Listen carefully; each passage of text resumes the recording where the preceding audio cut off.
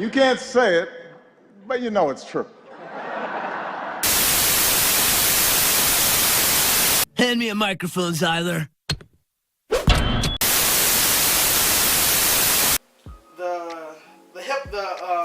The R&B side, not so much. I mean, we're also kind of little more machismo men, so it wouldn't really appeal to us as much. I like Drake's R&B stuff, like his older R&B stuff, like A Night Off.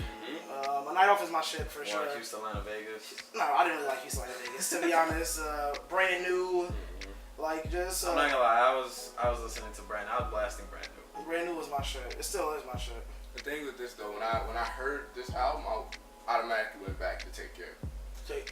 Automatically went back and I just started listening to that all over again. Like, all right, this is what I like. This is the Drake I like. I like when he sings and raps because I feel like that's true Drake. Like on the same song. That's true Drake. Agreed. True Drake is not the Drake that's talk about his homie shooting you and shit like that. He's the one that's and singing about it. Yeah, he's the. How can you sing about that stuff? I don't know. He does. Drake made it work. You know, you're right. Drake is the artist. He's the artist, man. Like he's the only person that can really do that. That actually really started it and still holding that wave down. To sing his own hooks. And there's definitely some, some good bars like on the rap album, the rap part. I mean, we can't deny the fact that he got the fucking, he got a Michael Jackson feature. Yo, that shit was funny. Did you see the memes where it was just like Michael Jackson sneaking out of the OVO studios and shit? No, I saw one that was like, Drake let Pusha T kill him so he can go to talk to Mike to get a feature. Chess, not checkers, baby. Yeah, I saw that. That was probably my favorite meme. I think I posted that on the podcast. I think that's probably where I saw it. Yeah. But I'm assuming, that's obviously just one of the, thousands of songs that Michael Jackson still had, like that are in the vault. In the vaults, you know what I mean? And he probably paid fucking millions of dollars for that, like just that part of the song. But I think it's dope, you know what I mean? That is dope. As a whole, though, the album, like I said, I haven't really gotten through the R&B part. It wasn't too bad though. It wasn't a bad album. Like, I agree. It was not a bad album at all. Not a bad album. I listen to it. You can ride to it. In the summertime, it's for everybody to listen to.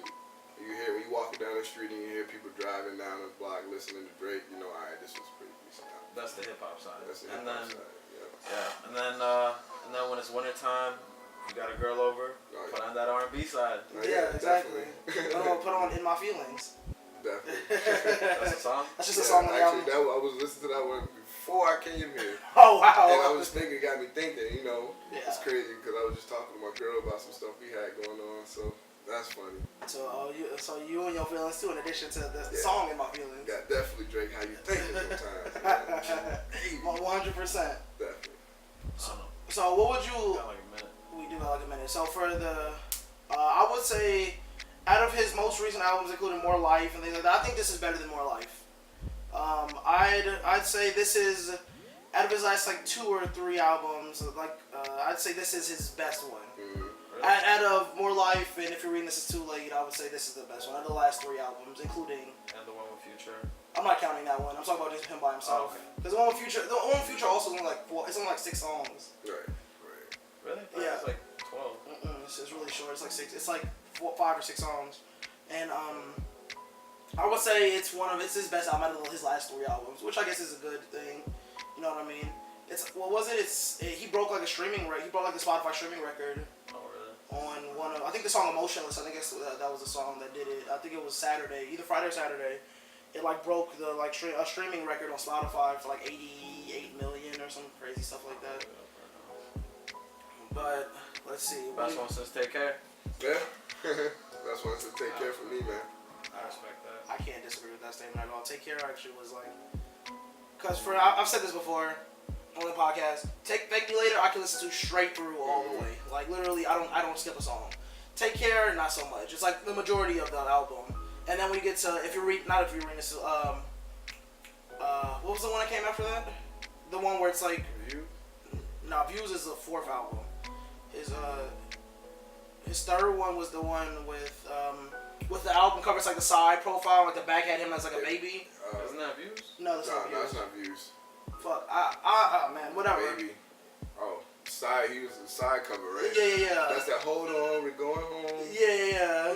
I think that's what Nothing was the same, man. Nothing was the same. Yeah, nothing was the same. Was Yeah, I didn't like that one. was like I like 3 songs. Nothing was the same. So I feel like now that I'm back to liking more of the album, so that's why I can agree. It like brings me back to the Take Care Drake.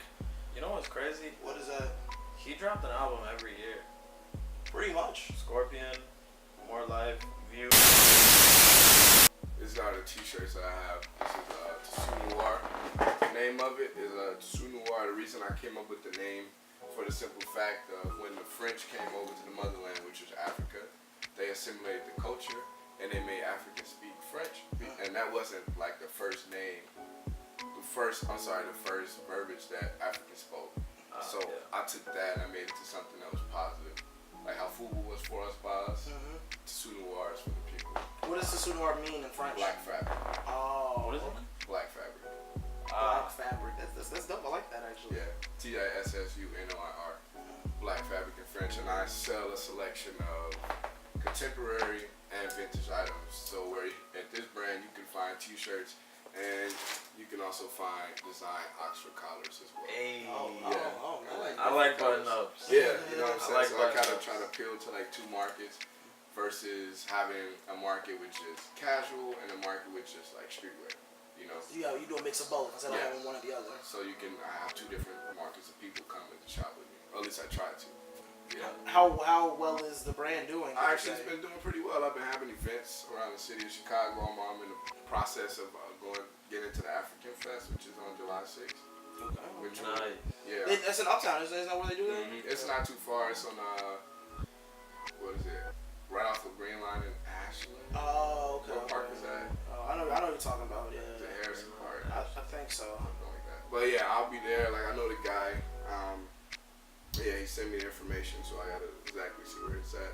But I'll be setting up there. I do Boxville every Wednesdays. What is Boxville? Boxville is it's a selection of vintage items where you can sell vintage items, you can sell fruit, or you can sell anything that you want. So it's just like It's like a farmer's market kind of it's like minus. a farmer's market, but they also Union have Union Park, yes sir.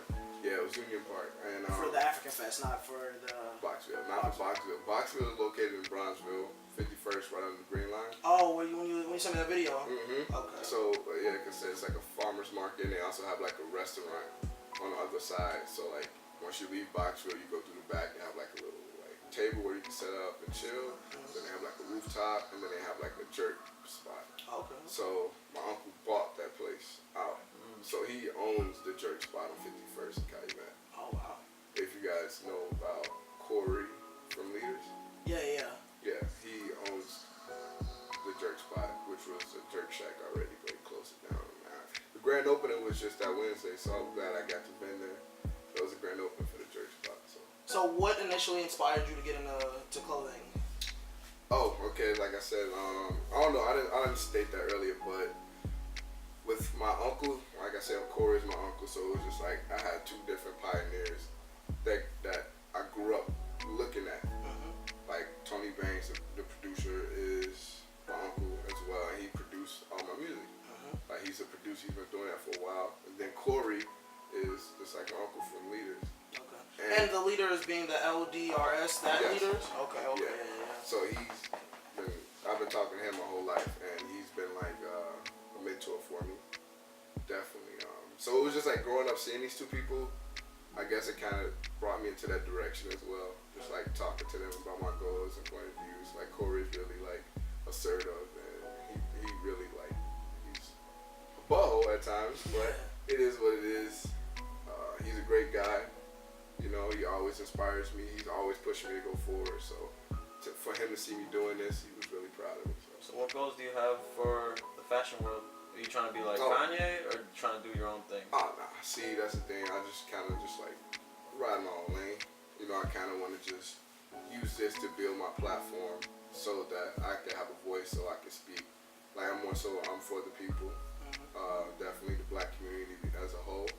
I definitely want to uplift and like preach like the positivity and the idea of you can do better than where you come from. I also want to preach the idea of starting businesses in their communities. Like this stuff. That's a big one. You know, so it's just like uplifting the community. So I use this to like build my platform. So you're gonna So you're gonna hook up with Jay-Z and start sponsoring NBA players? Oh man, we'll try, man. You're gonna LeBron have James. fitwear. You're gonna have what's called 65-year-old LeBron somehow still playing on the Lakers. Nah, bro, LeBron Jr. But his son is like 18, isn't he? He's like 14 right now. Oh, okay. Or no, he's turning 15. Exactly. But the only thing I can say that I've definitely seen when it comes to selling merchandise as an artist is I would say it's better to expand your platform as an artist and then use that as a way to, you know, cascade your... Because if you have people that mess with you, that think that follow your music loyally, even if it's only a handful of people, you know, then they'll be willing to buy your merch. Because I'm a manager. I manage my brother, High City Pac-Man, who free bro. And something I realized is people really fuck with him as an artist. You know, a lot of his videos have, you know, like, one of his biggest videos is at like 900,000 views right now, stuff like that. And people like him as an artist, but people really weren't too willing to buy merchandise yet. You know what I mean? And it's just like, people really liked him as an artist, like I said, like, you know what I mean? He has hundreds of thousands of views on YouTube and things like that. And, but still people weren't really going. People would like, I put it up on his Instagram, like, oh yeah, I got merch, I got shirts and stuff like that, like, that I designed.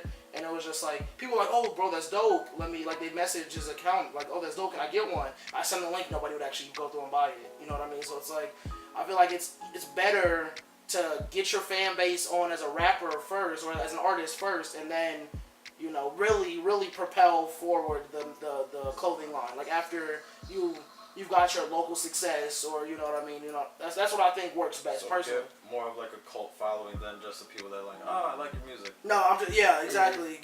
Build that cult following. I feel like building that cult following first, and then really pushing the clothing. I'm not saying you should stop what you're doing. I'm just saying like that's what I've realized. Like it may be easier to sell your merchandise when you're a larger artist, you know what I mean? And which is very obvious, you know, because there's plenty of people who you know, Kanye, you know, who wear Yeezys and stuff like that. But that's not a good example.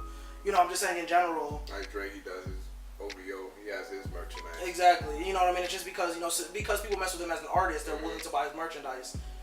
And it's like, for some reason, I feel like it has to, from what I've seen, it kind of has to be that way. Like, if you try to, or it has to be the other way. It's like people mess with you as a designer and and you know, they mess with your clothes, but then they may not mess so much with